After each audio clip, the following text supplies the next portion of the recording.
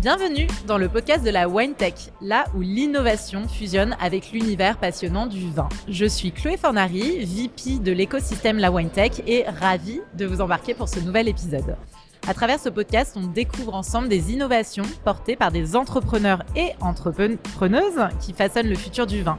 Et pour ce nouvel épisode, on accueille Aurélie Bucco, CEO et cofondatrice de Cuvée Privée. Donc Cuvée Privée, c'est né, tu vas nous le raconter, de la rencontre de 3 jeunes femmes passionnées par le vin et la gastronomie, Marie, Morgane, Aurélie, 3 femmes entrepreneuses, on peut se permettre de le souligner, ça dénote dans le monde du vin et ça fait du bien. Le concept, c'est de permettre l'adoption de parcelles de vignes pour déguster toute l'année des produits personnalisés et dont on sait tout. Et Cuvée Privée, ça s'adresse à des particuliers, mais pas que. De plus en plus, tu vas nous le raconter, à des entreprises en quête de cadeaux, d'expériences personnalisées à proposer à leurs salariés. Le circuit court, l'ultra-personnalisation, est-ce que c'est ça l'avenir du e-commerce du vin ? Donc c'est ça qu'on va discuter ensemble aujourd'hui. Donc Aurélie, bonjour. Bonjour Chloé. Bienvenue sur le podcast de la Wine Tech. Je suis ravie de t'accueillir ici au Wine Paris. On est en février 2025 sur l'espace Wine Tech Perspective. Est-ce que pour démarrer, assez classiquement, tu peux nous raconter la genèse de Cuvée Privée, votre rencontre avec tes associés et puis comment est né ce superbe projet ? Avec plaisir. Alors les débuts de Cuvée Privée, ça remonte à bientôt 7 ans. On était toutes les 3 en dernière année d'école de commerce à HEC et il se trouve qu'on avait participé à de nombreuses dégustations du club œnologie de l'école. Et au cours de ces dégustations, on rencontrait des vignerons qui venaient nous parler de leur vin. Et on s'est rendu compte que la dégustation du vin prenait tout son sens quand on avait le vigneron qui nous racontait comment le vin avait été produit, quelle est l'histoire de la famille, les choix de vinification, etc. Et on s'est dit, aujourd'hui, on a le choix d'acheter du vin au supermarché, chez un caviste, en ligne, mais on n'a pas encore d'offre qui soit entre le digital et le no-tourisme, qui permettent d'avoir le vigneron en face de soi et de déguster le vin différemment. C'est comme ça qu'on a eu l'idée de créer ce concept d'adoption de vignes qui existait aussi aux États-Unis. On avait vu un domaine qui avait prévendu quasiment l'ensemble de sa production par ce système d'adoption de vignes en Oregon. Et on s'est lancé avec Marie et Morgane. Marie étant fille de vigneron en Champagne, donc elle était déjà née dans les vignes. Okay. Et Morgane et moi, on était juste, on adorait le vin, on était des fans de vin et on avait très envie de monter une boîte dans le secteur. Voilà le tout début, il y a presque 7 ans. Génial. Alors, comment vous avez sélectionné vos domaines partenaires à l'époque et puis aujourd'hui ? Ouais.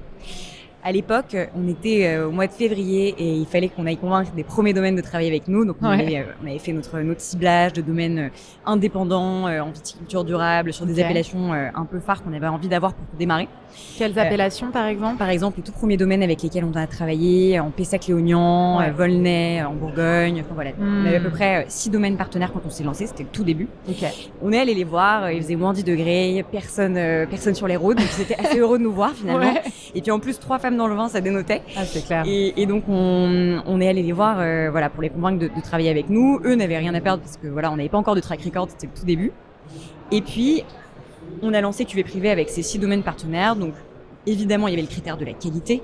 On était accompagné d'un sommelier qui avait accepté de nous sélectionner pour nous. On lui présentait des vins avec lesquels on était déjà en discussion, et puis des domaines. Et puis, le but, c'était qu'ils nous disent oui ou non concrètement sur la qualité du vin. Donc ça a toujours été le critère premier, évidemment, la qualité. Ensuite, le côté engagement environnemental, et puis le côté domaines familiaux indépendants. Au fur et à mesure, on a toujours gardé un peu ce mode de fonctionnement. Il fallait évidemment que le domaine ait un volet œnotourisme poussé, parce qu'on a envie que les clients soient reçus au domaine lorsqu'ils font leur visite, qu'il y ait vraiment ce goût de transmettre. Donc voilà, tous ces critères, dès le départ, ils étaient déjà là et sont encore les mêmes aujourd'hui. Laurent qui fait le zouave derrière, il fait ça depuis ce matin à chaque fois. Tu m'as expliqué quelque chose d'hyper intéressant pendant notre call de préparation, c'est qu'aujourd'hui vous faites même participer vos clients sur le choix des domaines partenaires, le choix des cuvées. Tu peux nous expliquer un peu tout ça ? Absolument. On travaillait avec, donc, en l'occurrence, le but c'était d'organiser, une fois qu'on avait sélectionné des vins, des comités d'amateurs de vin, donc de nos clients. Pourquoi ? Parce qu'on s'est dit, les meilleures sélections qu'on puisse faire, c'est déjà des vins qui plaisent à nos clients. Et puis, comme on en reparlera sûrement dans le podcast, on a une communauté de clients qui adorent participer et ils sont toujours ravis de venir nous aider à sélectionner des vins. Nous, c'est une garantie de plus. C'est génial. C'était qui vos premiers clients à adopter des vignes ? nos tout premiers clients. Il y a eu bien sûr les premiers, deuxième cercle, c'était les tout premiers clients. Ensuite, au fur et à mesure, on a lancé nos campagnes sur Google, Meta, etc. Et c'est vraiment les premiers clients qui sortaient de notre cercle. Puis le bouche à oreille s'est opéré. Voilà, donc c'était des gens qui étaient amateurs de vin ou cherchaient à offrir un cadeau à un amateur de vin. Et ça a vraiment commencé à prendre à Noël 2018, quand ça a été un peu le premier boom de commandes quelques mois après le lancement. Aujourd'hui, vous n'avez plus que cette partie adoption, enfin vous n'avez pas que cette partie adoption de vignes, même si j'ai bien compris que ça restait quand même la majorité de votre CA, tu vas nous en parler. Mais vous avez aussi développé un e-shop notamment. Comment ça s'est étoffé votre offre au fur et à mesure des années, parce que Cuvée Privée a énormément évolué? Oui, bien sûr. On a lancé beaucoup de choses. Alors, donc, notre produit phare, l'adoption de vignes, ça reste la majorité de notre chiffre d'affaires. C'est aussi un panier moyen qui est assez élevé parce qu'on reste sur des adoptions d'1 an en moyenne, donc avec 4 coffrets reçus dans l'année, des coffrets de saison. Et comment ça s'est étoffé? On avait des clients qui, évidemment, avaient envie de racheter du vin tout au long de l'année, qu'ils avaient aimé recevoir. Donc, on a développé, du fait de cette tendance à racheter du vin, évidemment, de développer l'e-shop. Et donc ça, c'est vraiment la partie vente de vin classique. Et puis, adoption e-shop, on en est aussi arrivé à lancer des choses un peu plus concept en fonction de la saison. Par exemple, un calendrier de l'avent autour du vin avec des flacons, des coffrets de dégustation de vin avec une formation en plus. Parce que tout ce qu'on lançait, c'était vraiment en étant à l'écoute de nos clients. On se rendait compte que les gens aimaient bien le côté aussi ludique, aimaient bien en savoir plus sur le vin, avoir des vidéos aussi, du contenu. Et donc tout ce qu'on a lancé ces dernières années, c'est pour répondre à ce que notre communauté nous demandait. Comment vous les écoutez, vos clients? Comment vous recevez leur retour, leur feedback? On a l'habitude de faire beaucoup de questionnaires clients assez régulièrement sur quand on a une idée de produit à lancer, on les sonde en amont, on prend beaucoup de feedback. Ça passe par quel outil ça, ce type de questionnaire? On fait des typeforms, des trucs comme ça envoyés à nos clients. On fait aussi, donc, quand on organise des comités de dégustation, c'est aussi l'occasion évidemment de leur parler. Bien sûr, On organise des dégustations thématiques qui sont pour le coup des dégustations vraiment, ça n'a pas vocation à choisir des vins, mais en tout cas juste à déguster une partie de notre sélection. Et ça, c'est aussi un moyen de rencontrer nos clients. Voilà, c'est un peu la manière dont on les sonde tout au long de l'année. Vous avez ce que vous appelez un club adopteur. Ça consiste en quoi? Est-ce que c'est ces mêmes clients justement, une sorte de club VIP, une communauté que vous animez du coup? Absolument. Le club des adopteurs, c'est vraiment toutes les personnes qui sont adopteurs de vignes. Et donc l'avantage pour eux, c'est des accès à nos événements à tarifs préférentiels, être dans un groupe privé qui reçoit en avant-première nos ventes limitées. Donc ça s'appelle les cuvées limitées, où on met en vente une cuvée où il reste plus que quelques bouteilles dans un domaine, où le domaine a accepté de nous faire un prix très, très intéressant parce qu'il a une fin de stock. Voilà, tout ça, c'est vraiment les premiers à être informés. Donc voilà, plusieurs avantages. On développe beaucoup de choses aussi dans le package adoption. On a droit à une formation aussi au vin, un module de formation en ligne. Voilà, c'est ça le club des adopteurs. Et alors, depuis quelques temps, vous avez développé la partie corporate. Ouais. Ça représente quel pourcentage de votre CA aujourd'hui? Oui, c'est autour de 7-8% de notre chiffre d'affaires. C'est un CA global sur un CA de 3,5 millions. Ouais, 3,5 millions hors taxes. En fait, c'est vrai, c'était vraiment venu par la force des choses. On recevait des demandes entrantes d'entreprises qui souhaitaient offrir Cuvée Privée, donc des adoptions de vignes à leurs clients ou collaborateurs, ou même simplement des bouteilles personnalisées pour un événement, ça peut être soit l'anniversaire de l'entreprise, soit des cadeaux de fin d'année, etc. Et donc, on a développé cette offre pour répondre un peu à ces demandes entrantes. Aujourd'hui, on fait un peu de prospection, mais on a surtout beaucoup de bouche à oreille qui jouent, des clients qui ont connu Cuvée Privée à titre personnel, qui achètent pour leur entreprise. Voilà, on a toujours ce B2C qui sert le B2B et inversement. Et on a vraiment une forte croissance sur le secteur, donc on a vocation à le développer. Voilà. On a aussi pu faire des événements de dégustation à la demande pour des boîtes. Ouais, il y a un vrai levier de croissance là-dessus. Jusqu'où on peut aller dans la personnalisation chez Cuvée Privée? Je pense notamment à la partie logistique, où j'imagine que tu as des contraintes, des freins. Tu peux pas tout faire à la mano, client par client. Voilà, c'est quoi? Jusqu'où vous êtes allé et à quelle barrière vous vous êtes heurté aujourd'hui? Ouais. Déjà, la personnalisation chez Cuvée Privée, elle s'illustre par le fait que la bouteille qu'on reçoit, on reçoit au minimum 2 bouteilles par coffret saison. Donc, on a une des 2 qui est personnalisée selon ton souhait. Donc ça peut être un nom, le nom d'un événement, enfin voilà, une symbolique. Et donc, c'est déjà de l'ultra personnalisation parce que chaque bouteille, notre logistique s'occupe de la réétiqueter, etc. Et on travaille avec un logisticien qui sait faire ça.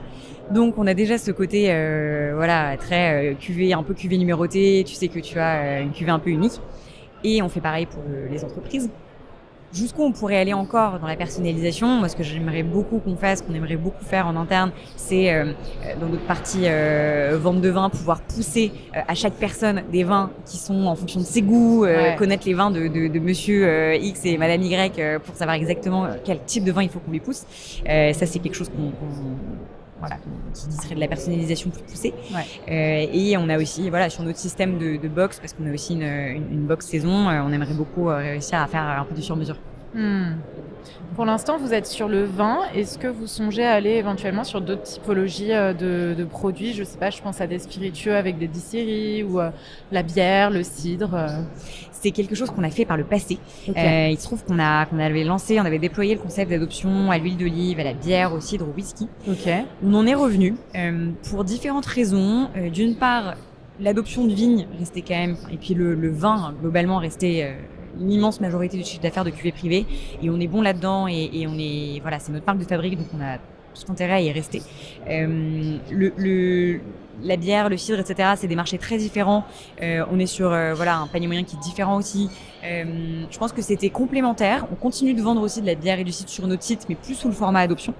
L'adoption d'Olivier, on poursuit parce que c'est vraiment une alternative sans alcool qui est très appréciée. Et puis voilà, les clients aiment bien. En B2B, ça fonctionne très bien. Il y a la symbolique de l'Olivier qui est aussi assez proche de celle de la vigne. Enfin, il y a voilà, beaucoup de liens qu'on aime, beaucoup de parallèles qu'on aime faire entre les deux. Donc voilà, c'est la diversification qu'on a pu avoir ces dernières années. Bon, on peut quand même se dire que là, aujourd'hui, Cuvée Privée, c'est une super success story. Vous avez été un pure player e-commerce depuis vos débuts. Par rapport à d'autres acteurs de la filière vin qui ont parfois du mal à percer, vous, ça a été quoi les principaux facteurs de succès pour Cuvée Privée? Je pense il y a plusieurs raisons. D'une part, on a réussi à créer une communauté de clients qui est assez fidèle. Si on regarde, on a 35% de nos commandes qui viennent de clients existants, donc ce qui est quand même bien dans le monde de l'e-commerce. Donc des clients qui nous font confiance, des clients qui aiment la marque depuis le premier jour. On en reparlera sans doute plus tard, mais des clients qui avaient envie de nous soutenir aussi même financièrement. Ils nous ont demandé pendant plusieurs années si on comptait lever aussi auprès de nos clients. Donc voilà, ça c'était un point de départ, la fidélité de la communauté qui aime bien aussi. T'as le sentiment de connaître même personnellement certains de tes clients? Complètement. Il y avait parfois des dégustations qu'on organisait. On avait des clients qui venaient pour la 3e fois, ou un client qu'on savait très fidèle sur la partie e-shop, il rachetait beaucoup de bouteilles et puis un jour il vient en dégustation et on est très heureux de le rencontrer. Donc non, il y a vraiment des clients et notamment la partie de l'équipe qui est en service client, ils les connaissent très très bien. Les chouchoutes. Voilà. Exactement. Donc ça c'est génial. Et je pense que l'autre chose, c'est qu'on n'est pas simplement un e-commerçant du vin. On vend du vin par caisse de 6 comme beaucoup d'e-commerçants, mais on a aussi notre produit initial, c'est l'adoption de vigne, où on va capter plus que la valeur de la bouteille. C'est-à-dire que les clients ont droit à beaucoup plus que recevoir du vin. Il y a une visite qui est incluse, il y a l'accès à des dégustations, il y a du contenu qu'on envoie sur tout ce qui se passe au domaine, il y a de la formation. Et donc, on a réussi à avoir un élément très différenciant par rapport à de la vente de vin classique et à se positionner sur un spectre plus large. Je pense que ça a été un deuxième aspect. Et puis bien sûr la capacité à innover, parce qu'on a toujours beaucoup innové. Hyper dynamique. Je pense, pour rebondir, il y a aussi un aspect émotionnel dans l'adoption de vigne. Enfin, on s'imagine adopter un petit bébé de plant de vigne, on s'y attache finalement, il y a notre nom dessus. C'est un super cadeau, quoi. Franchement, c'est très concret, on visualise. Absolument. Alors, justement, cette année, encore un super succès. Vous avez levé via So We Fund en faisant appel à votre communauté de clients. Tu nous racontes un peu comment ça s'est passé? Avec plaisir. C'était donc en juillet 2024 qu'on a clôturé la campagne. On avait lancé 3 mois plus tôt. En fait, ça faisait déjà très longtemps qu'on réfléchissait à ça. On sentait qu'on avait une marque qui était assez forte auprès de nos clients. On recevait beaucoup de demandes, comme je le disais précédemment, de clients qui souhaitaient potentiellement investir. Sauf que c'est quand même un métier, on peut pas faire rentrer 380 personnes comme ça au capital sans passer par un intermédiaire. Et on a eu la chance donc on a été accompagné par SoWeFund qui nous a aidé à structurer la campagne. On a lancé et puis on a eu énormément d'intentions d'investissement. C'était un peu un saut dans le vide parce qu'on s'est dit quand on a lancé la phase où on sondait nos clients, bonjour, qui est prêt à investir à partir de 500 €, c'était un peu un pari. Et on a été hyper bluffés par les résultats de ce début de campagne où on avait des millions d'euros d'intentions d'investissement. Wow. C'est un moment où les gens n'expriment qu'une intention. Et on a eu C'est par le biais de la plateforme qu'ils expriment leur intention. Comment ça fonctionne? Il se trouve que donc on fait une landing page co-créée avec la plateforme. Ouais. Il se trouve qu'effectivement ils s'inscrivent sur cette landing page pour exprimer leur volonté d'investir ou pas. Okay. Mais la première partie de campagne, c'est vraiment le cœur de la communauté de clients de la marque en question. Okay. C'est aussi ça qui permet de prendre la température sur la volonté d'investir. Et donc tu les questionnes sur le montant potentiel qu'ils seraient prêts à investir à ce moment-là. Absolument. Okay. Et donc on a été très heureusement surprise. Et ensuite on a eu un très beau taux de conversion qui nous a permis de lever en tout 650 000 € via nos clients et puis un investisseur historique aussi qui a souhaité remettre. Ça a été vraiment la preuve que les gens aimaient la marque, avaient envie d'aller au-delà. Et puis, on a eu beaucoup de retours aussi sur la marque, sur le côté 3 femmes dans le vin. Ils trouvaient ça génial, que ça dénote, etc. Donc voilà, il y a eu plein de facteurs qui ont fait que cette levée a été un succès. Bah bravo, hein. Franchement, c'est canon. Cette communauté, elle est française ou internationale? Elle est parmi nos clients ou parmi les investisseurs SoWeFund? Les clients d'abord, et puis investisseurs après. Ouais, les clients, majorité français ou francophones. Okay. Après, on a quand même des clients étrangers aussi. On livre dans tout l'espace Schengen. Et puis, il fut un temps, on avait essayé de pousser certains pays plus que d'autres, donc le UK, l'Allemagne, etc. On en est un peu revenu pour se concentrer. On avait une petite tendance à la dispersion, donc pour se concentrer sur les pays francophones. Mais sur la partie SoWeFund, c'est vraiment des clients français. C'est voilà. Et les investisseurs? Et les investisseurs SoWeFund, donc en l'occurrence, vraiment français. Ouais, français.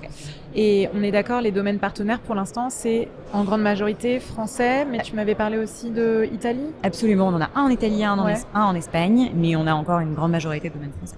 Et pour les projets de développement à venir, pour l'instant, vous vous focus sur la France pour l'instant dans un premier temps? Au fur et à mesure, ça viendra plus largement en Europe, mais on a encore des choses à faire sur les domaines français. Qu'est-ce que vous allez faire avec cette somme levée avec SoWeFund? Quels sont les projets de développement là, à venir? Eh bien, déjà, ça nous a permis de développer notre marque propre, qui était vraiment un gros projet de l'année 2024, où on voulait lancer des cuvées co-brandées en partenariat cuvée privée avec un domaine. Il fallait qu'on se positionne plus en amont dans la chaîne de valeur, qu'on décide ensemble de l'assemblage, de vraiment ce que donnerait la cuvée, même en termes visuels aussi. Donc ça nous a permis de développer notamment cette marque propre. Et puis à terme, on a différents lancements produits prévus sur l'année 2025, notamment une box de vin nature qu'on a dans les tuyaux. Voilà, toutes sortes d'innovations que ça nous aura permis de financer. Génial. Ouais. C'est très chouette cette gamme effectivement de vins que vous avez lancé en propre. C'était un kiff aussi perso, j'imagine, pour vous trois. C'était clairement c'était un peu l'étape d'après de se dire on aurait des vins cuvées privés, etc. Voilà, ça c'était quelque chose auquel on pensait depuis longtemps. Et puis on avait encore cette volonté déjà d'avoir une gamme aussi un peu différente. Là c'est des vins entrée de gamme qu'on vend sur notre site à 11 €. Donc c'est vraiment notre entrée de gamme vin d'apéritif très sympa, exactement. Qu'on voulait positionner. Et puis c'était une manière aussi de renforcer la collaboration avec certains de nos domaines en co-créant un truc ensemble. Et puis en renforçant aussi la marque cuvée privée qui se positionne du coup pas que sur de la distribution pure et dure. Hyper intéressant. Alors, il y a un sujet qui me semble important qu'on aborde. Comme je le disais en intro, être femme entrepreneuse dans le vin, c'est pas si fréquent que ça, encore à l'heure actuelle. Mais être femme entrepreneuse et maman d'une belle boîte en pleine croissance, comment ça se passe au quotidien? Ouais, c'est un vaste sujet.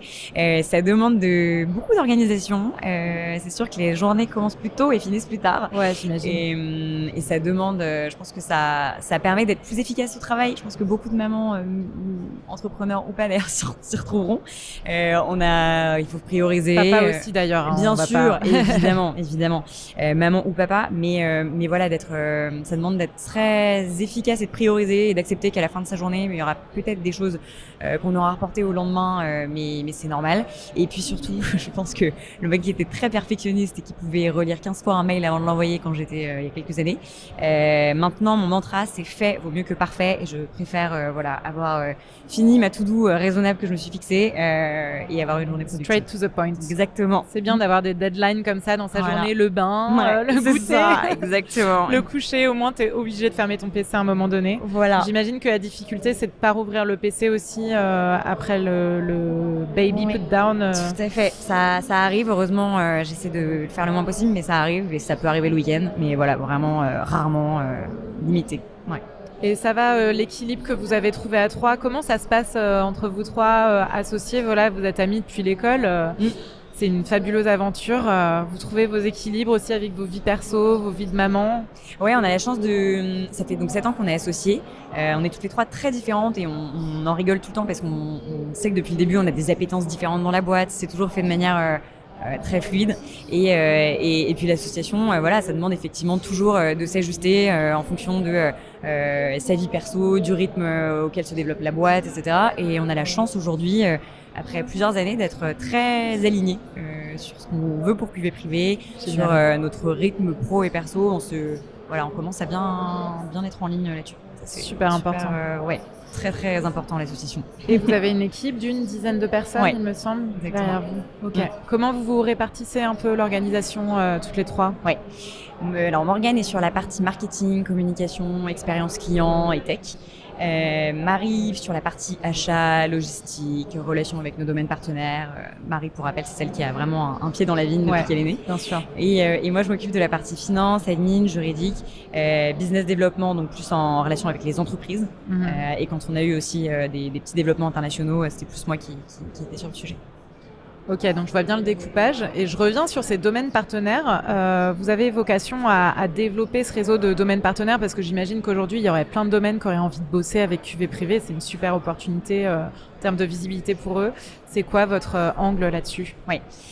Aujourd'hui, on a une quarantaine, donc comme tu le disais, de domaines partenaires sur l'adoption de vignes. On n'a pas vocation à en avoir 500 parce que sur la partie adoption, donc abonnement, il y a vraiment cet enjeu à avoir des relations fortes avec les domaines avec lesquels on travaille, à leur prendre un certain volume, à rendre lisible l'offre aussi sur le site, tout simplement, parce que les gens qui viennent choisir une adoption de vigne, ils ont pas envie de s'y perdre entre différentes appellations. Et aujourd'hui, on a une taille, une offre assez, je trouve, bien sizée. En revanche, sur la partie e-shop, où on a la possibilité de racheter des bouteilles qu'on a reçues en adoption de vigne ou d'acheter du vin classiquement à l'unité. Ça, on a vraiment vocation à avoir de nouveaux aussi domaines partenaires parce que les clients sont toujours à l'affût de nouveautés. Il faut qu'on aille, c'est pour ça qu'on commence à intégrer des vins nature. Il faut aller un peu, aller au plus proche des tendances observées chez nos clients, quoi. Ok. Ouais, et puis j'imagine que le fait de garder un réseau de proximité de domaines partenaires, ça vous permet aussi de sécuriser l'expérience que vos clients vont vivre chez eux, quoi. Parce que sinon tu perds un peu le fil, t'as plus la visibilité là-dessus. Bien sûr, être sûr que les visites se passent bien. Et puis les domaines, inversement, sur notre site, c'est plus qu'un simple site de vente de vin pour eux. C'est vraiment un média gratuit où on parle d'eux, où on raconte leur histoire, où on leur permet d'avoir des gens qui viennent au domaine. Enfin voilà, ils ont aussi un fort intérêt à travailler avec nous. Alors c'est une question un peu improvisée, je l'avais pas prévue, donc l'objectif c'est pas de te prendre de court, mais est-ce que vous avez parfois des clients qui sont pas contents? C'est les seules raisons pour lesquelles les clients peuvent ne pas être contents. Ça arrive à tout petit commerçant. C'est la logistique du vin. Ah oui, on connaît bien ça. Le colis qui arrive cassé. Heureusement, qui perd le colis. Exactement. Heureusement, ça arrive peu. On a un taux de casse qui est, je pense, relativement faible, mais ça arrive. On a évidemment, il peut toujours y avoir des clients en période de Noël qui commandent un peu trop près de Noël et il suffit il y a un couac et puis ça arrive pas. Un vin bouchonné. Oui, exactement. Ça arrive à tout petit commerçant du vin. Donc on fait en sorte on a toujours été encore une fois, le client est roi, donc on fait en sorte de vraiment comprendre qu'est-ce qui s'est mal passé, comment est-ce qu'on peut vite rectifier le tir pour que le client reprenne confiance en QV privé. C'est vraiment le truc qu'on place le plus haut. Donc voilà. Je dirais plutôt ce type de sujet. Que tout le monde Ouais. a géré au quotidien Ouais. quand on fait du e-commerce. Ouais. Alors, question de conclusion, si tu devais faire passer un message hyper fort sur ta vision du e-commerce du vin pour les années à venir, selon toi, c'est quoi les leviers de croissance? Ça peut être sur des formats, sur des manières de faire, sur la gestion de la data, sur l'IA. Voilà, c'est quoi toi un peu ta vision? Ouais. Moi, je pense qu'on a une chance énorme en e-commerce en tant que cuvée privée, mais je pense aussi à d'autres e-commerçants de vin. C'est d'avoir, versus des acteurs traditionnels, d'avoir le client vraiment en face de soi et surtout beaucoup de données sur le client. On sait exactement ce qu'il a acheté précédemment, ce qu'il aime, son comportement de consommation. Nous, on est très proche de nos clients, on leur pose beaucoup de questions, donc on a toutes ces infos qu'on a via nos questionnaires, etc. et via nos focus group qu'on peut organiser. Donc, c'est vraiment être au plus proche du client, des tendances de consommation et comprendre exactement quelle est la prochaine étape, quel va être notre prochain lancement, etc. Donc ça, c'est une première chance, la donnée, la proximité. C'est quoi justement les tendances que vous identifiez? Ouais, ces tendances-là, nous, je pense que on a eu plusieurs choses. D'une part, par exemple, le lancement des vins au verre, on fait beaucoup de coffrets de dégustation de vins au verre, les calendriers de l'Avent et tout.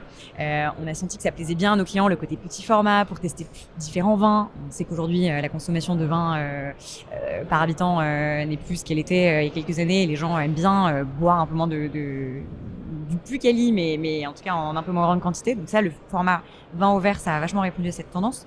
Et puis voilà, les gens aiment bien aussi le côté ludique quand il y a du contenu autour, en apprendre plus sur le vin. C'était aussi en ça qu'on a lancé notre formation en interne. Donc voilà, c'est plusieurs tendances qu'on a pu observer comme ça chez nos clients. Et puis l'adoption de Vin, c'était venu aussi comme ça au tout début, c'est qu'on s'était dit aujourd'hui il y a une vraie recherche d'authenticité, en savoir, c'est pour ça que le circuit court aussi, le direct producteur marche bien, c'est en savoir plus sur le domaine du produit. Avec le producteur, ouais. Exactement, le lien avec la terre et avec le producteur. Donc ça, c'est vraiment des tendances sur lesquelles on se positionne pleinement. Évidemment aussi, et nous, on est labellisé B Corp, donc c'est important dans notre identité. Les gens font attention aux marques avec lesquelles ils travaillent de plus en plus. On travaille avec des domaines qui sont engagés environnementalement. Donc tout ça, c'est des choses qui répondent aux tendances qu'on observe. Et je pense que voilà, toutes ces idées-là, elles correspondent vraiment à une évolution du marché. Hyper clair. Bon, merci beaucoup, franchement, merci pour cette présentation. À toi, Chloé. On vous souhaite la meilleure suite possible pour cette super aventure cuvée privée. Merci aventure beaucoup. De 3 femmes entrepreneuses dans le vin. Encore une fois, c'est génial. Ça fait plaisir de voir le secteur qui se féminise. Même si ce matin, en arrivant en Wine Paris, je me suis dit qu'on n'était quand même pas beaucoup de femmes dans la foule là qui faisaient la queue devant. Je confirme. Mais voilà, grâce à des warriors comme vous, Morgane, Marie, toi, ça fait bouger les choses, les lignes. Donc c'est génial. Merci encore. Chers auditeurs, chères auditrices, n'hésitez pas à aller découvrir Cuvée Privée. Vous avez besoin d'un cadeau hyper chouette à offrir, testez l'adoption de vigne et puis sinon le e-shop pour vous commander des petites quilles de vin fort sympathiques. Et si vous voulez suivre la belle aventure de cette entreprise, on va vous remettre toutes les ressources pertinentes dans la description du podcast. Et à bientôt pour une nouvelle exploration du futur du vin.